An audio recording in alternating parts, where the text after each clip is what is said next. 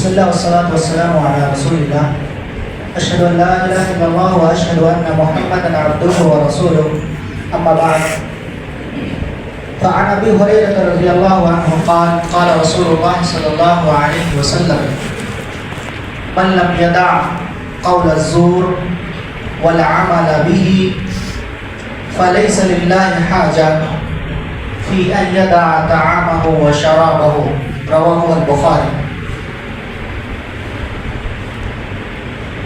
ابو ہریرہ رضی اللہ عنہ کہتے ہیں کہ اللہ کے رسول صلی اللہ علیہ وسلم نے فرمایا، جس نے جھوٹ بولنا اور جھوٹ پر عمل کرنا نہ چھوڑا، فَلَيْسَ لِلَّهِ حَاجَةٌ، تو اللہ کو ضرورت نہیں ہے کہ ایسا شخص اپنا کھانا پینا چھوڑ دے۔ یہ بخاری کی روایت ہے۔ محترم حضرات، رمضان کے شروع میں دو چار درس رمضان سے متعلق بہت ضروری ہوتے ہیں۔ ان ضروری دروس میں سے ایک درس یہ ہے کہ ہم اور آپ آج سے انشاءاللہ روزہ رکھے ہوئے ہیں اور آئندہ بھی رکھیں گے انشاءاللہ۔ ہم روزے کی حفاظت کیسے کریں؟ ٹھیک ہے، ہر آدمی ظاہری طور پر تو روزہ رکھے گا، سب کو معلوم ہے روزے میں کھانا نہیں ہے، پینا نہیں ہے، خواہشات سے بچنا ہے، شہوت سے بچنا ہے، یہ آدمی ظاہری طور پر ان چیزوں کو جانتا ہے۔ لیکن روزے کا جو حقیقی مقصد ہے اور اس سے اوپر کی جو ایک چیز ہے کہ روزے کی ہم حفاظت کر رہے ہیں یا نہیں کر رہے ہیں۔ کہیں ایسا تو نہیں ہے کہ ہم روزہ رکھ رہے ہیں لیکن ہمارا روزہ صحیح نہیں ہو رہا ہے، ہمیں روزے کا ثواب نہیں مل رہا ہے، کہیں ایسا تو نہیں ہے۔ اس لیے یہ بات غور کرنے کی ہے، فکر کرنے کی ہے، سوچنے کی ہے۔ ہم ایک ڈاکٹر کے پاس علاج کے لیے جاتے ہیں، ڈاکٹر ہمیں علاج بتاتا ہے، دوائیں دیتا ہے، کہتا ہے فلاں فلاں وقت میں تم ان دواؤں کو لو اور اتنی مقدار میں لو، ساتھ میں یہ بھی کہتا ہے کہ دواؤں کو لینے کے ساتھ ساتھ تمہیں ان چیزوں سے بھی پرہیز کرنا ہے۔ کچھ دنوں تک وہ مریض، وہ بیمار شخص دواؤں کو لیتا ہے اور پھر ڈاکٹر کے پاس جاتا ہے، کہتا ہے ڈاکٹر صاحب میں نے دوائیں لی لیکن کچھ آرام نہیں ہوا۔ ڈاکٹر پوچھتا ہے کیا تم نے ان چیزوں سے پرہیز کیا تھا جن چیزوں سے میں نے تمہیں پرہیز کرنے کے لیے کہا تھا؟ وہ شخص کہتا ہے کہ میں نے ڈاکٹر صاحب پرہیز نہیں کیا، میں پرہیز نہیں کر پایا۔ جن چیزوں سے آپ نے کھانے سے منع کیا تھا، روکا تھا، ان چیزوں کو کھائے بغیر، ان چیزوں کو پیے بغیر میرا چل نہیں سکتا، میں ان چیزوں کو چھوڑ نہیں سکتا۔ وہ ڈاکٹر کہے گا کہ میں تمہارے سامنے ہاتھ جوڑتا ہوں، تم علاج نہ کرو، کیونکہ اگر تم پرہیز نہیں کر سکتے تمہاری بیماری صحیح نہیں ہو سکتی۔ ظاہری طور پر وہ یہ بات کہے گا۔ عرب کہتے ہیں الوقایۃ خیر من العلاج، کہ پرہیز کرنا یہ علاج سے بھی بہتر چیز ہے، اور بعض بیماریوں میں تو پرہیز ہی اصل علاج ہوا کرتا ہے۔ ڈاکٹر تو بس چھوٹی موٹی دوائیں دیتا ہے، کہتا تم پرہیز کرو پرہیز کرو۔ ایک روزے دار انسان کو بھی چند چیزوں سے پرہیز کرنا ضروری ہوتا ہے۔ اگر ان چیزوں سے وہ پرہیز نہیں کرتا تو وہ بڑا بدقسمت اور بد نصیب روزے دار ہوگا۔ وہ اس شخص کی طرح ہوگا کہ ایک آدمی، ایک مزدور دن بھر کام کرتا ہے، روڈ پہ سڑک پہ رکشہ چلاتا ہے، محنت کرتا ہے، تھکن سے چور چور ہوتا ہے، پسینے سے شرابور ہوتا ہے، لیکن شام کے وقت اس کی جیب خالی ہوتی ہے۔ ایسا شخص، ایسا مزدور بدقسمت ہوگا۔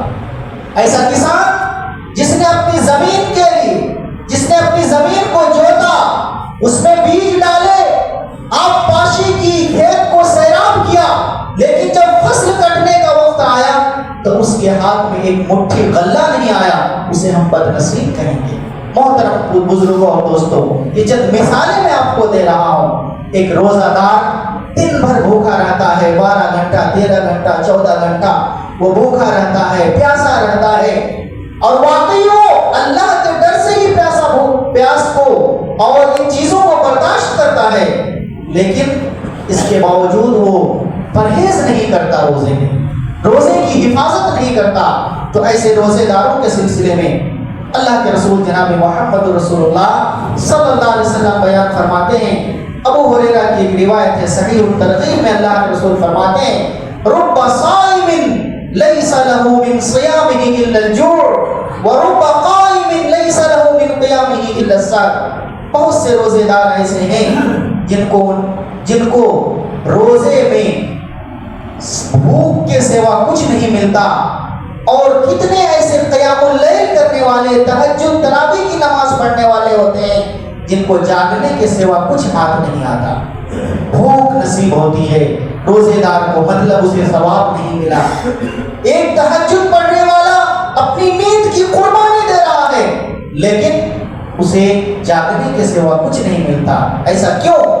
اس لیے کہ اس نے طریقے سے وہ کام نہیں کیا۔ روزے کا جو ادب ہے، روزہ رکھنے کا جو طریقہ ہے، تہجد پڑھنے کا جو طریقہ ہے، اس طریقے کے مطابق اس نے عمل نہیں کیا۔ اسی طرح اللہ کے رسول صلی اللہ علیہ وسلم فرماتے ہیں کہ لیس الصیام من الاکل والشرب، صرف روزہ جو ہے کھانا پینا چھوڑنے کا نام نہیں ہے، بلکہ روزہ انما الصیام من اللغو والرفث، روزہ لغو چیزوں سے، بیکار چیزوں سے بچنے کا نام ہے۔ میرے نوجوان دوستوں اور بزرگوں، پہلا ادب یا پہلی چیز جس سے ہمیں اور آپ کو بچنا ہے وہ یہ کہ ہم لغو چیزوں سے بچیں، بیکار کی باتوں میں ہم نہ پڑیں۔ اس میں یہ بھی کہنا چاہوں گا کہ ایسے مسائل جن میں علماء کرام، بڑے بڑے علماء کرام اختلاف کے شکار ہیں، اجتہاد کرتے ہیں، ان کو بھی بات صحیح سے سمجھ میں نہیں آتی، ایسے مسائل میں ہم نوجوان بات کر کے، گفتگو کر کے، خواہ پیچیدہ مسائل کو لا کر کے، الجھا کر کے ہم بیکار کی چیزوں میں نہ پڑیں، کیونکہ اس سے وقت ضائع ہوتا ہے۔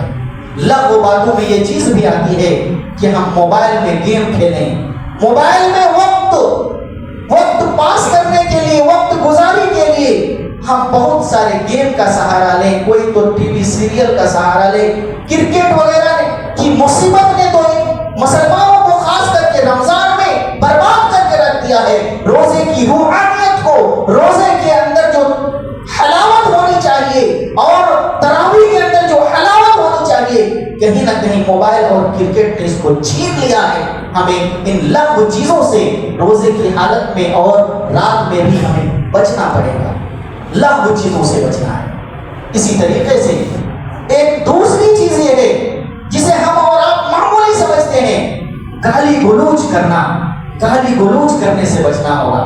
چاہے وہ گالی ہم اپنے بچوں کو گالی دیں، چاہے ہم اپنی بیوی کو گالی دیں، چاہے ماں اپنے بیٹوں کو، بچوں کو، کسی کو گالی دے، یا ایک انسان کاروباری ہے اس کے ماتحت لوگوں کو، خادموں کو، نوکروں کو، ان کے ماتحت کام کرنے والے لوگوں کو گالی دے، کسی کو بھی ایک انسان گالی دے، گالی دینا یہ روزے کے لیے بہت مہلک ہے، روزے کو برباد کرنے والی چیز ہے۔ آپ کے اور ہمارے نبی صلی اللہ علیہ وسلم نے جو بات ارشاد فرمائی ہے، لا تساب وانت صائم، خاص کر کے آپ نے منع کیا کہ اے روزے دار شخص، اگر تم روزے سے ہے تو تم گالی گلوچ نہ کرو، اگر تم کو کوئی گالی دے دے تو تم کہو انی امرؤ صائم، میں روزے دار آدمی ہوں، میں روزے دار آدمی ہوں، میں کسی کو گالی نہیں دے سکتا، لڑائی تو دور کی بات ہے، میں کسی کو گالی تک نہیں دے سکتا، لوگوں کو برا بھلا نہیں کر سکتا۔ تو گالی سے بچنا یہ بہت زیادہ ضروری ہے۔ تیسری یا چوتھی چیز یہ ہے کہ ہم غیبت سے بچیں۔ مسلمانوں، غیبت کا معاملہ پڑھے لکھے لوگ ہوں، جاہل لوگ ہوں، عورت ہو، مرد ہو، چھوٹے ہو، بڑے ہو، غیبت کا معاملہ بہت خطرناک ہو چکا ہے، اور غیبت سارے لوگ کرتے ہیں۔ کچھ لوگ علماء کی غیبت کرتے ہیں، علماء